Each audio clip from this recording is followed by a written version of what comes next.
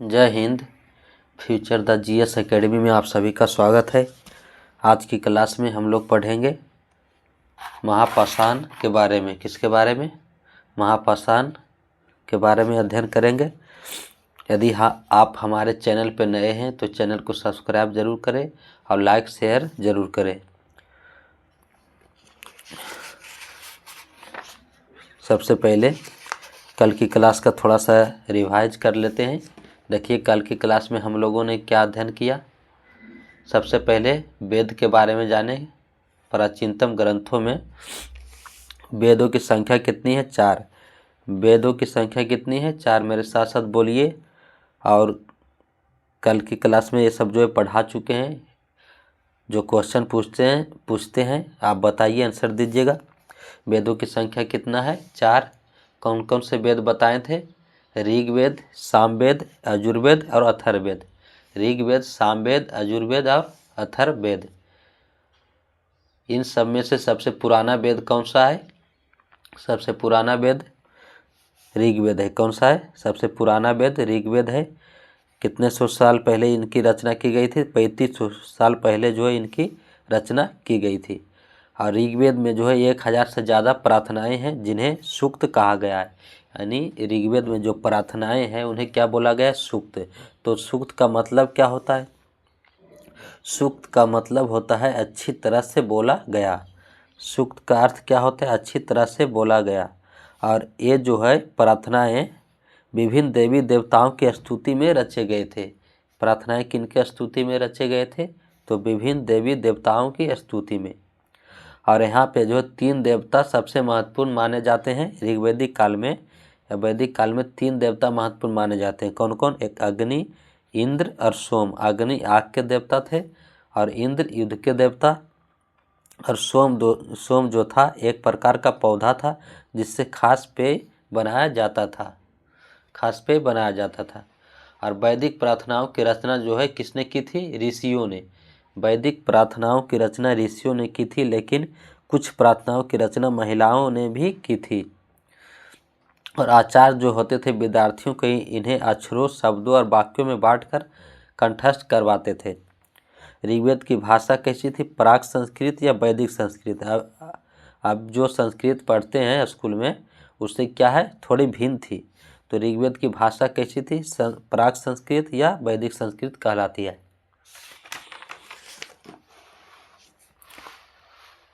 उसके बाद क्या जाना कि हम किताबों को पढ़ते हैं। जिन किताबों को पढ़ते हैं उन्हें लिखी और छापी गई है। लिखी और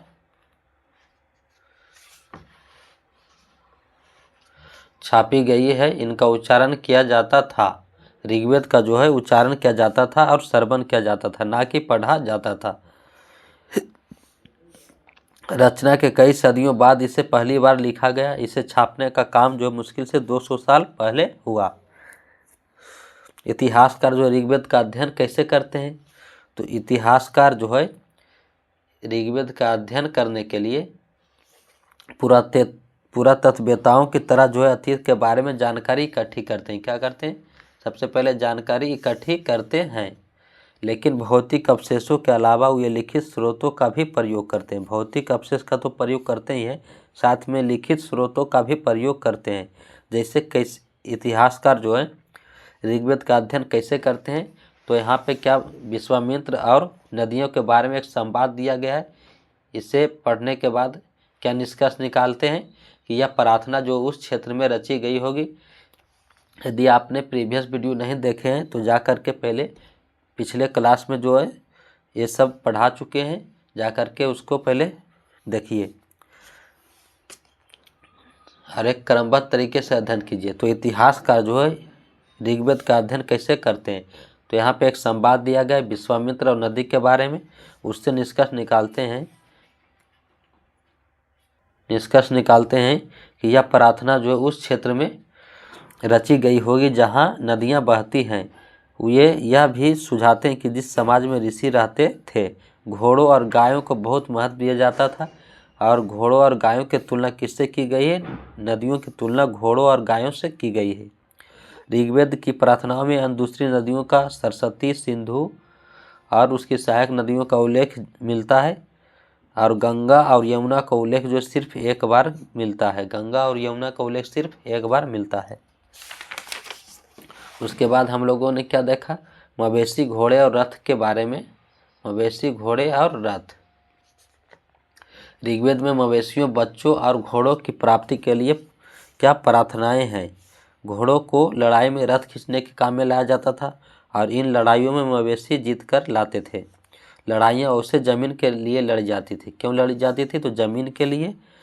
और कैसी ज़मीन के लिए? जहाँ से अच्छे चारागाह मिले और जिन पे जल्दी फसल तैयार होने वाली हो जाए, यानी जल्दी तैयार हो जाने वाली फसलों को उपजाया जा सकता हो, उसी ज़मीन के लिए लड़ा जाता था। और कुछ लड़ाइयाँ जो पानी के स्रोतों के लिए और कुछ लोगों को बंदी बनाने के लिए भी लड़ी जाती थी। जो युद्ध में जीते गए धन था उसका कुछ भाग कौन रख लेता था? सरदार।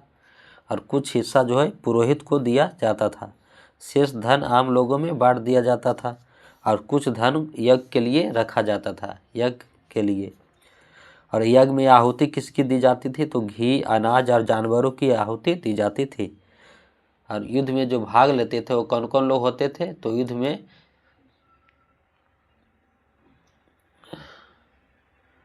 अधिकांश पुरुष इन युद्धों में भाग लेते थे। युद्ध में कौन भाग लेते थे? पुरुष जो होते थे युद्ध में भाग लेते थे। और इस समय जो है कोई अस्थाई सेना नहीं था और ये लोग जो थे सभाओं में मिलते जुलते थे और युद्ध हुआ शांति के लिए सलाह मशवरा करते थे। वहाँ ये लोग जो है कैसे व्यक्ति को अपना सरदार चुनते थे? तो जो बहादुर हो और कुशल योद्धा हो वैसे व्यक्ति को अपना सरदार चुनते थे। और लोगों की विशेषता बताने वाले शब्द क्या था? लोगों का वर्गीकरण जो है काम, भाषा, परिवार या समुदाय, निवास स्थान के आधार पर किया गया था। ऋग्वेद में लोगों की विशेषता बताने वाले कुछ शब्दों को देखो। ऐसे दो समूह हैं जिनका वर्गीकरण जो है काम के आधार पर किया गया है। यानी ऐसे दो समूह जिनका वर्गीकरण काम के आधार पर किया गया है। कौन सा? एक समूह है पुरोहित, जिनका काम क्या होता था? इसे ब्राह्मण भी बोलते थे। इनका काम होता था यज्ञ और अनुष्ठान करवाना, यानी पूजा पाठ करवाना। दूसरा था राजा, इनका काम होता था युद्ध करना, रक्षा करना। और ये राजा वैसे नहीं थे जिनके बारे में तुम बाद में पढ़ोगी। ये राजा कैसे थे? तो ये वैसे राजा थे, ना तो इनकी कोई महल था और ना इनकी कोई राजधानी थी और ना ही इनके पास कोई अस्थाई सेना था और ना ही ये कर वसूलते थे और ना ही राजा की मृत्यु के बाद उसका बेटा राजा बनता था। यहाँ पर ऐसी कोई व्यवस्था नहीं थी कि राजा की मृत्यु हो गया तो उसका बेटा राजा बनेगा, जिसे आगे जा कर के देखने को मिलता है। तो यहाँ पे कोई भी राजधानी नहीं था, महल में भी नहीं रहते थे राजा, ना ही इसके पास कोई सेना थी, ना ही एक कर वसूलते थे और मृत्यु वंशानुगत शासन नहीं था। और जनता या पूरे समुदाय के लिए दो शब्दों का इस्तेमाल होता था। जनता या पूरे समुदाय के लिए दो शब्दों का इस्तेमाल होता था। एक था जन और दूसरा विष। एक जन और दूसरा विष। जन जो आज भी प्रयोग इसका होता है हिंदी में, अन्य भाषाओं में आज भी होता है। दूसरा था विष, जिससे वैश्य शब्द निकला है, वैश्य शब्द से निकला है। विष शब्द किससे निकला है? वैश्य शब्द से। ऋग्वेद में विष और जनों के नाम मिलते हैं, इसलिए हमें पुरुजन या विष, भरतजन या विष, यदुजन या विष जैसे कई उल्लेख मिलते हैं। जिन लोगों ने इन प्रार्थनाओं की रचना की वे कभी कभी खुद को क्या बोलते थे? आर्य। यानी जिन लोगों ने इन प्रार्थनाओं की रचना की वो खुद को क्या बोलते थे? आर्य। और अपने विरोधियों को क्या बोलते थे? दास या दस्यु। दस्यु ये लोग थे जो यज्ञ नहीं करते थे और शायद दूसरी भाषाएं बोलते थे। बाद के समय में दास शब्द का मतलब क्या हो गया? गुलाम। बाद के समय में दास शब्द का मतलब क्या हो जाता है? गुलाम। दास ये स्त्री और पुरुष होते थे जिन्हें युद्ध में बंदी बनाया जाता था। उन्हें उनके मालिक की जायदाद माना जाता था। जो भी मालिक चाहते थे उन्हें वह सब काम करना पड़ता था। जिस युग में उपमहाद्वीप के उत्तर पश्चिम ऋग्वेद की रचना हो रही थी, यानी उत्तर पश्चिम की ओर ऋग्वेद की रचना हो रही थी, वहीं दूसरी ओर जगह पर एक अलग तरह का विकास हो रहा था। वो क्या था? महापाषाण की कहानी। इसके बारे में अध्ययन करते हैं। तो आज की क्लास की शुरुआत यहाँ से होती है। क्या है? खामोश प्रहरी, कहानी महापाषाणों की। अब ध्यानपूर्वक समझिएगा और बुक पास में ज़रूर रखें। एक बार खुद पढ़े, फिर हम पढ़ा देते हैं, उसके बाद फिर जा कर के पढ़ें और रेगुलर क्लास में बने रहे। शुरू से अंत तक ज़रूर देखें, आपको ज़रूर समझ में आएगा। देखिए, अब पढ़ते हैं कहानी महापाषाणों की। ये शिलाखंड महापाषाण, महा यानी बड़ा, पाषाण मतलब पत्थर यानी बड़ा पत्थर। महापाषाण का अर्थ क्या हुआ? महा का मतलब बड़ा और पाषाण का मतलब पत्थर यानी बड़ा पत्थर। तो ये शिलाखंड जो महापाषाण के नाम से जाने जाते हैं। कौन से शिलाखंड? ये सब देखिए, इसमें जो दिखाया गया है, यहाँ देखिए, ये सब जो शिलाखंड है इसे क्या महापाषाण के नाम से जानते हैं। शिलाखंड महापाषाण के नाम से जानते हैं। ये पत्थर दफन करने की जगह पर लोगों द्वारा बड़े करीने से लगाए गए थे, यानी जहाँ पे दफन किया जाता था उनके चारों ओर जो है लगाया गया है पत्थर को। ये देखिए यहाँ पे इसमें क्या किया जाता था कि दफन किया जाता था, मृत व्यक्ति को दफना दिया जाता था और उसके चारों ओर पत्थर लगा दिया जाता था इस तरह से।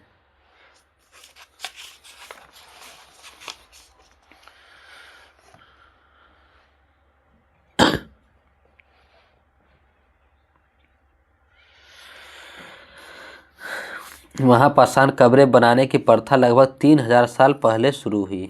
यानी महापाषाण कब्रें बनाने की प्रथा कितना साल पहले शुरू हुई? तो 3000 साल पहले जो है शुरू हुई। यह प्रथा दक्कन, दक्षिण भारत, उत्तर पूर्वी भारत और कश्मीर में प्रचलित थी। यह प्रथा कहाँ कहाँ प्रचलित थी? तो दक्कन क्षेत्र में और दक्षिण भारत में और उत्तर पूर्वी भारत और कश्मीर में प्रचलित थी। कुछ महत्वपूर्ण महापाषाण पुरास्थल मानचित्र 2 में दिखाए गए हैं। देखिए, मानचित्र 2 देखते हैं। मानचित्र 2,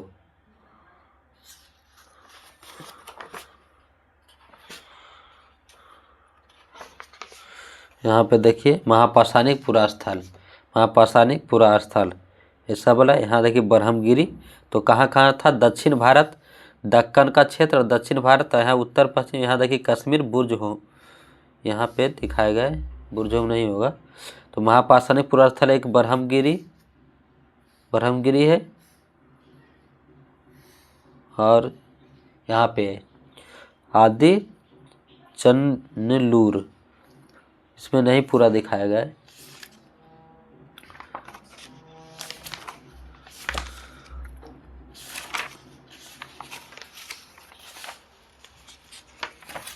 देखिए,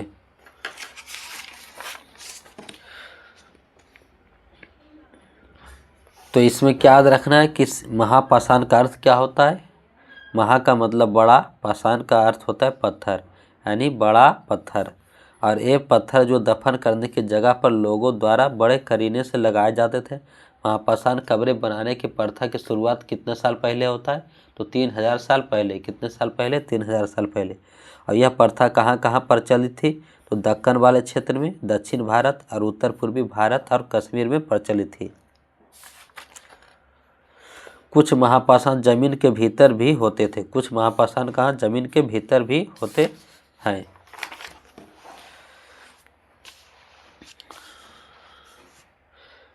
देखिए,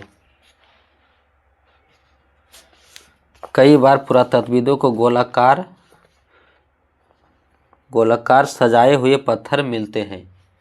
कई बार अकेला खड़ा हुआ पत्थर मिलता है।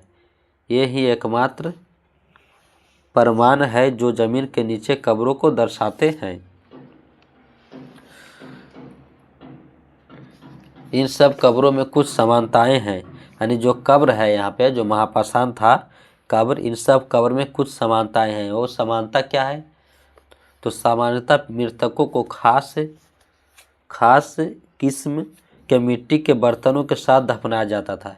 इन सब में समानता क्या है?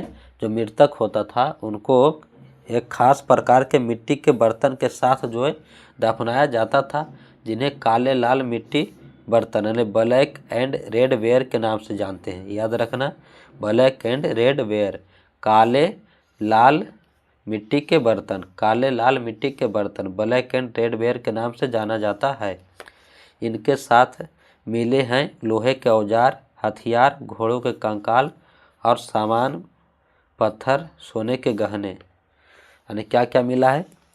तो इनके कब्र से जो मिला है लोहे के औजार, हथियार, घोड़े के कंकाल और सामान, पत्थर, सोने के गहने। इन सब में समानता क्या था कि हर एक मृतक यानी प्रत्येक जो मृतक को दफनाया जाता था उनके साथ एक काले लाल मिट्टी के बर्तन को रख दिया जाता था। और इनके साथ क्या मिला है? लोहे के औजार, हथियार, घोड़े के कंकाल, सामान, पत्थर और सोने के गहने। ऊपर देखिए, ऊपर इस तरह के महापाषाण को ताबूत समाधान यानी शिष्ट कहा जाता है। ये जो इस तरह का महापाषाण, इसे क्या बोलते हैं? ताबूत समाधान, इसे शिष्ट बोलते हैं। यहाँ दिखाए गए शिष्ट में एक पोर्ट होल बड़ा सुराख है।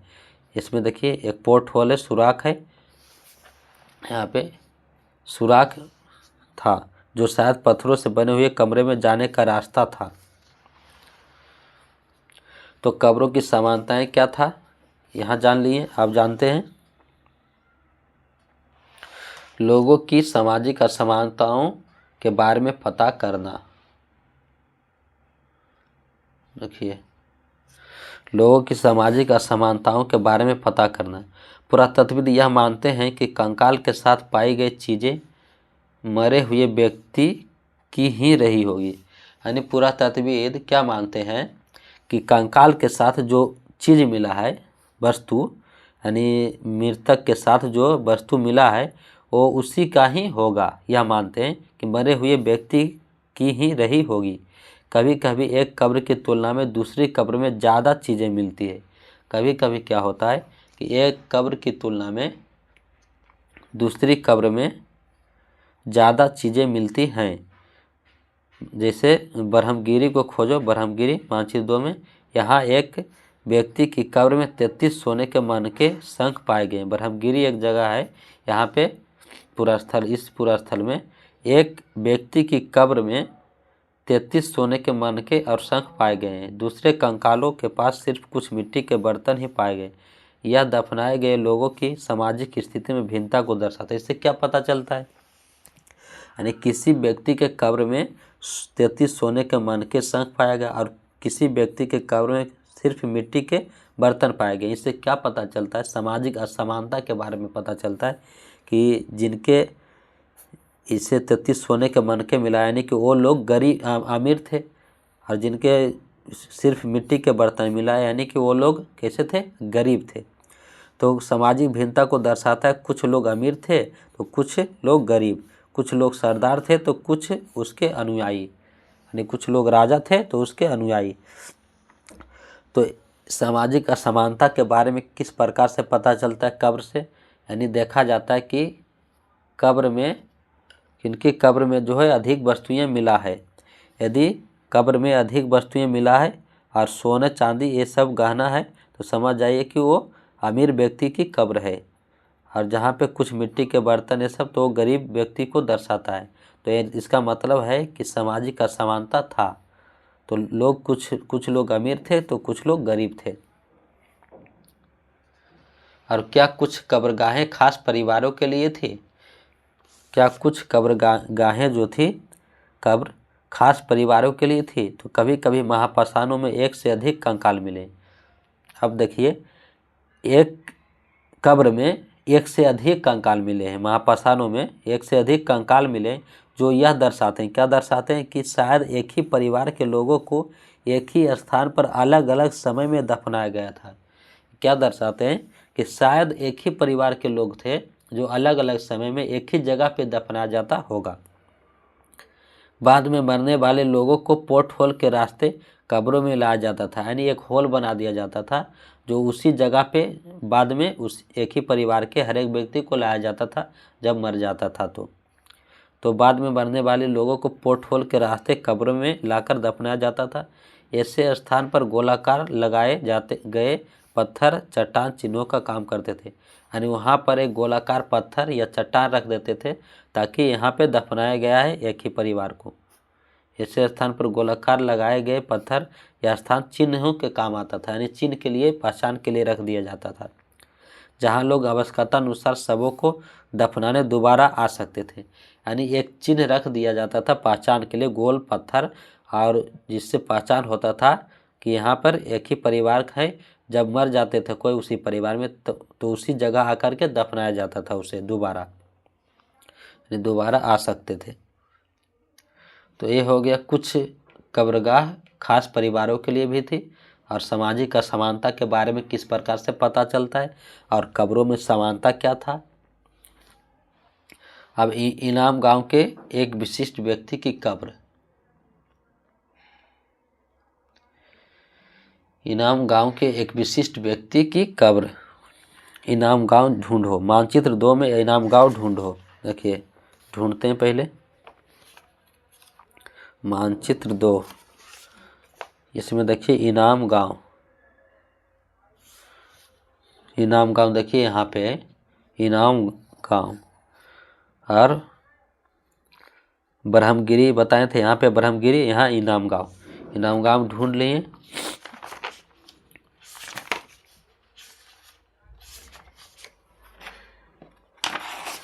इनाम गांव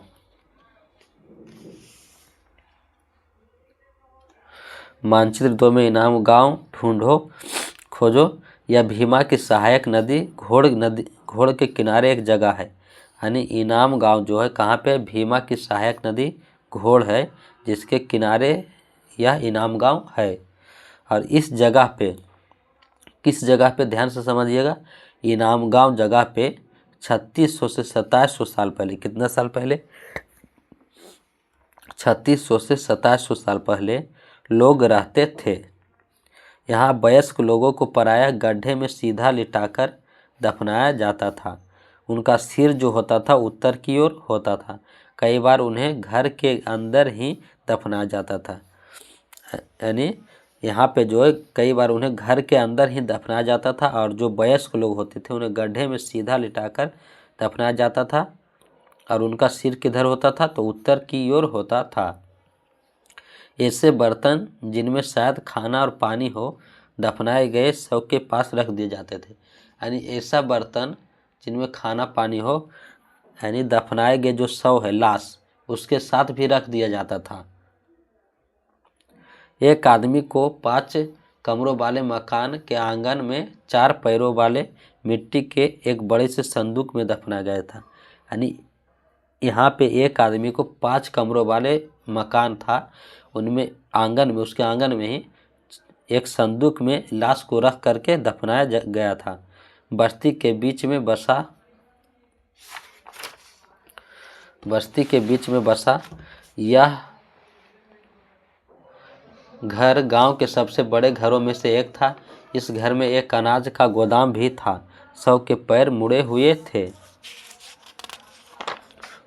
तो इनाम गांव में क्या था, इसमें क्या याद रखना है, तो इनाम गांव में सबसे पहले याद रखना है कि इनाम गांव किस नदी के किनारे है, तो भीमा की सहायक नदी घोड़ नदी के किनारे है, एक जगह है इनाम गांव। यहाँ पे जो 3600 से 2700 साल पहले लोग जो रहते थे, यहाँ वयस्क लोगों को पराया गड्ढे में सीधा लिटाकर दफनाया जाता था, और सिर इनका उत्तर की ओर होता था। और यहाँ पे जो है घर के अंदर ही दफनाया जाता था। कई बार उन्हें घर के अंदर ही दफनाया जाता था इनाम गांव में।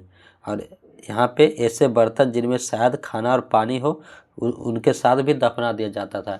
ऐसी मान्यता थी कि मरने के बाद भी जीवन होता है, इसीलिए उनके खाने वाले चीज़ जो था लाश के साथ रख दिया जाता था।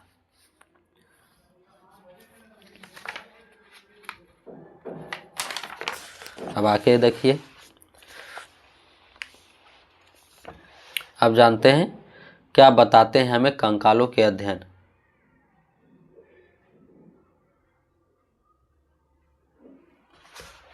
देखिए, छोटे आकार के आधार पर एक बच्चे के कंकाल को आसानी से पहचाना जा सकता है, लेकिन एक बच्चे और बच्ची के कंकाल के बीच कोई बड़ा फर्क नहीं होता। क्या हम यह पता लगा सकते हैं कि कंकाल किसी पुरुष का था या स्त्री का? कभी कभी लोग कंकाल के साथ मिले सामानों के आधार पर इसका अंदाज़ा लगाते हैं। उदाहरण के लिए, यदि कंकाल के साथ गहने मिलते हैं तो कई बार उसे महिला कंकाल मान लिया जाता है, लेकिन ऐसी समझ है कि के साथ समस्याएं हैं। अक्सर पुरुष भी आभूषण पहनते थे। यानी कुछ लोग सोचते हैं कि कंकाल के साथ गहना मिला है तो यानी स्त्री का होगा, लेकिन नहीं, उस समय जो पुरुष भी गहने पहनते थे। तो कैसे पहचाने कि कंकाल स्त्री का है या पुरुष का? तो कंकाल का लिंग पहचानने का बेहतर तरीका है उसकी स्त्रियों की जांच। चूँकि महिलाएं पुरुष को जन्म देती है, इसलिए उनका कटी प्रदेश या कुल्हा पुरुषों से ज़्यादा बड़ा होता है। यह समझ कंकालों के आधुनिक अध्ययन पर आधारित है। आज से लगभग 2000 साल पहले चरक नाम के प्रसिद्ध वैद्य हुए थे। उन्होंने चिकित्सा शास्त्र पर चरक नाम संहिता का किताब लिखा था। तो याद रखना, चरक संहिता किताब किसने लिखी थी? तो चरक नाम के प्रसिद्ध वैद्य जो थे, उन्होंने चरक संहिता पुस्तक लिखा था। कितने साल पहले? 2000 साल पहले। वे कहते हैं कि मनुष्य के शरीर में 360 स्त्रियां होती है। यह आधुनिक शरीर रचना विज्ञान की 206 स्त्रियों से काफ़ी ज़्यादा है। संभवतः चरक ने अपनी गिनती में दांत स्त्रियों के जोड़ और कार्टिलेज को जोड़कर यह संख्या बताई थी। अब आगे बढ़ते हैं। इनाम गांव के लोगों के काम धंधे। अब इनाम गांव के लोगों के काम धंधे क्या था?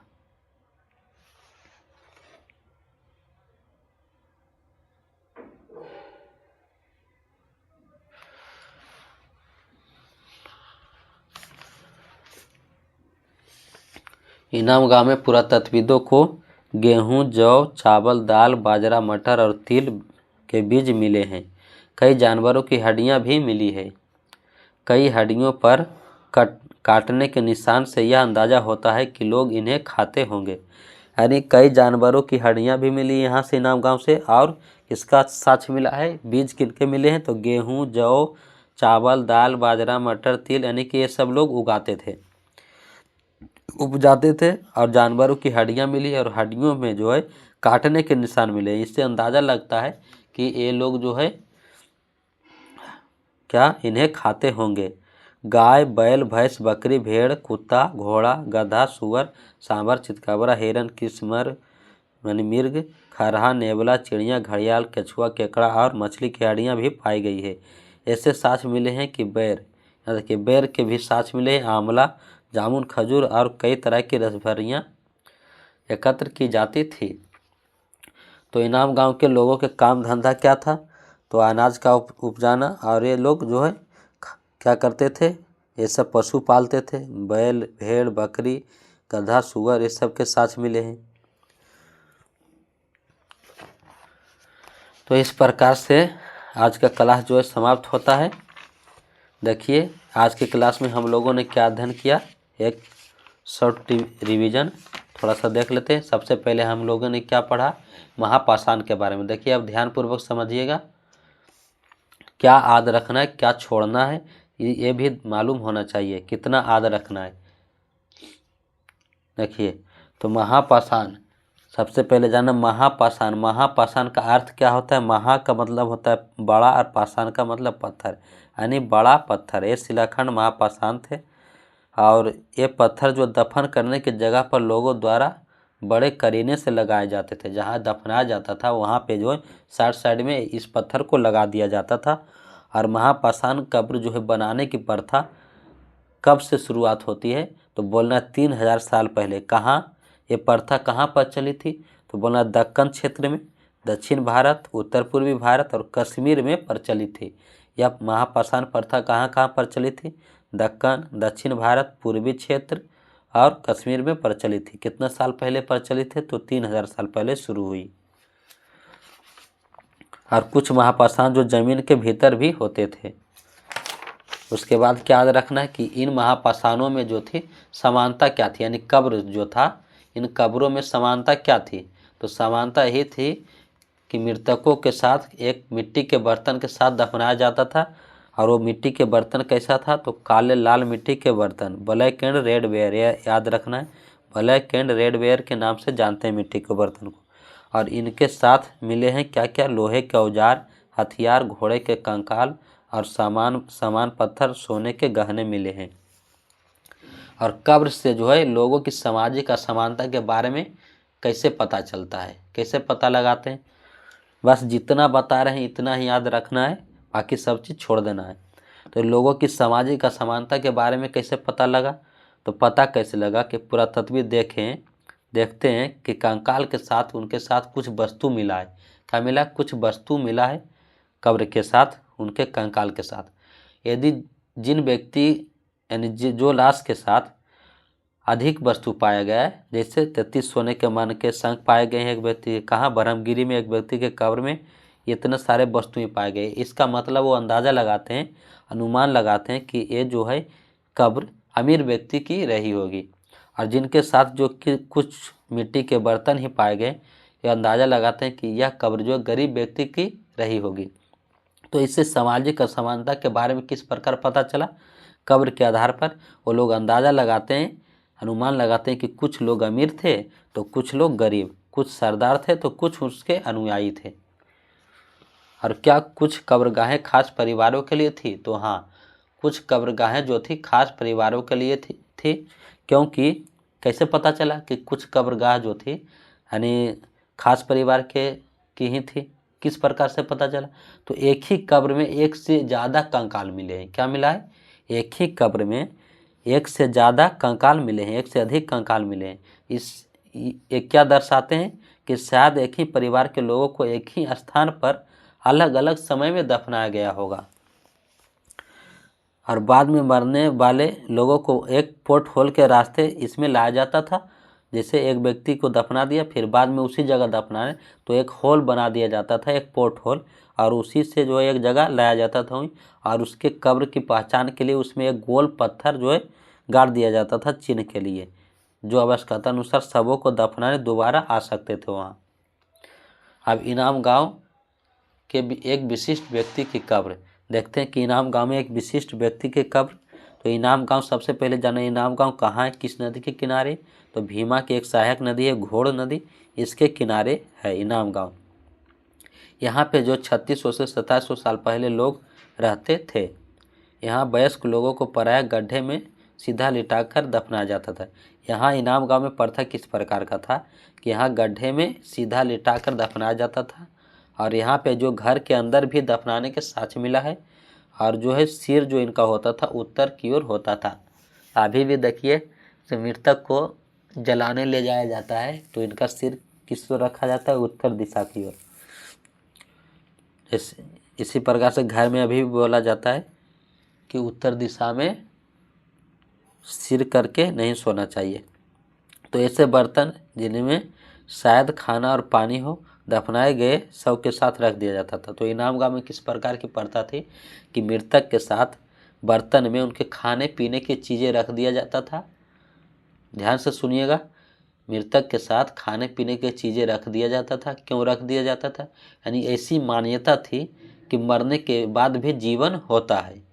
तो वो लोग सोचते थे कि रख देते हैं ताकि मरने के बाद में ये लोग खाएंगे, ऐसी मानते थे। उसके बाद कंकालों का अध्ययन किस प्रकार से करते हैं? तो कि स्त्री का है या पुरुष का, इनके लिए कुल्हा की पहचान करते हैं। कटी प्रदेश या कुल्हों से पता चलता है कि स्त्री का है या पुरुष का है। इनाम गांव के लोगों के काम धंधे क्या था?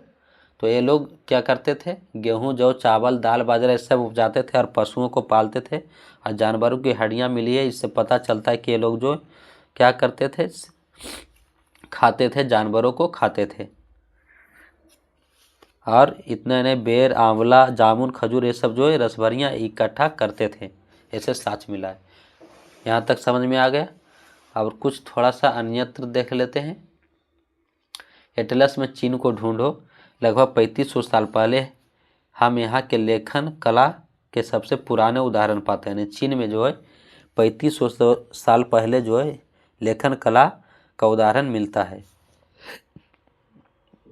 यह जानवरों की हड्डियों पर लिखा गया था। लेखन कला जो था यहाँ पे जानवरों की हड्डियों पर लिखा गया था। कहाँ में? चीन में।